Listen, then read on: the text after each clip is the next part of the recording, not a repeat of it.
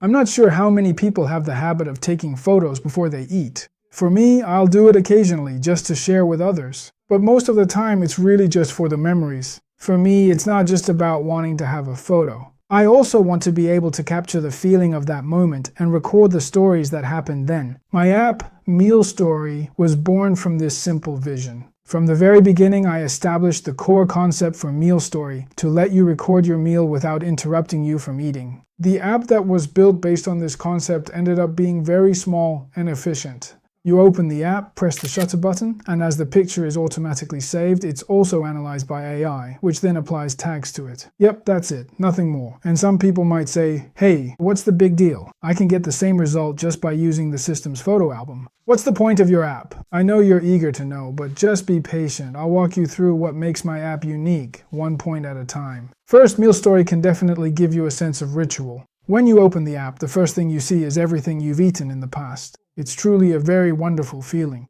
In contrast, the system's photo album is filled with all sorts of different pictures, and you have to manually filter through them to find your food records. Second, Meal Story has built-in widgets. You can add it to your lock screen and control center. That way you can open the app in a flash. It's super fast. The experience is exactly the same as using the native camera app. There's no learning curve at all. Furthermore, once you press the shutter, you don't have to do anything else. The AI automatically analyzes what you ate and applies the appropriate tags. And while the system's photo album has a similar function, there's a delay. And I guarantee that its recognition accuracy and precision are definitely not as high as my app's. In fact, if it were just a food photo album, there would have been no need for me to develop it at all. The reason Meal Story is called Meal Story is that it's not just about photos, it's also about the stories. You can not only record the flavor of the food and the taste of your drink, you can also jot down stories. For example, who you were with, where you ate, what you had, and even your own interesting or sad things that happened during the meal. And at this point, someone's bound to jump in and say, wow, that's such a hassle. I have to use your app and then write all this stuff? So is there a way to make it less of a hassle? Of course there is.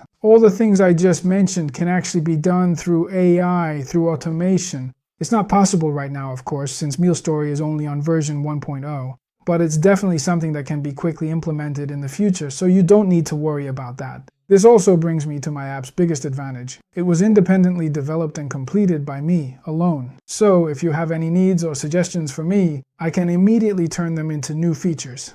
If you have any bugs or feedback, I can fix them right away. After all, my app was just released, so there's still a lot of room for improvement. For example, designing more interesting browsing layouts, exporting beautiful meal cards for easy sharing, optimizing the AI prompt content, and adding more food-related filters. I'm Jack, an independent developer and a dreamer. Thank you so much for watching. There's an Easter egg at the end of the video, so stick around.